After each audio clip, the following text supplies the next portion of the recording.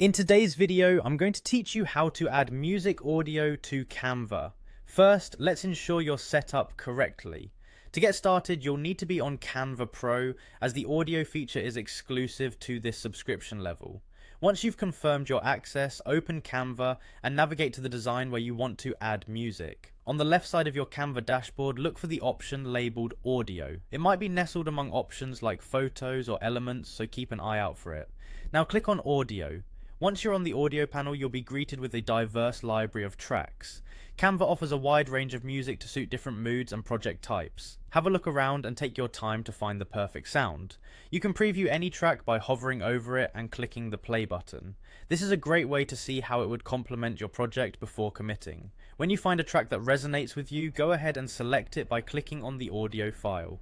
Doing so will automatically insert it into your Canva project.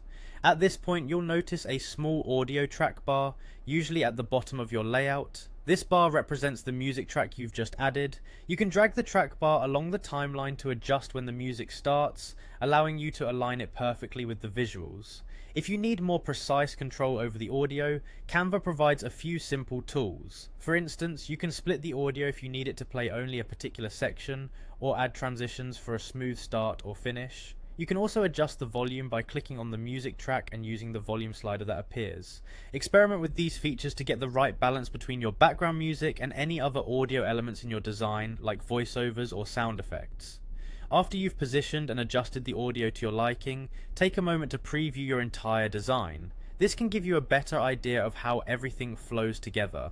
Click on the play button to watch your project come to life, complete with your newly added soundtrack.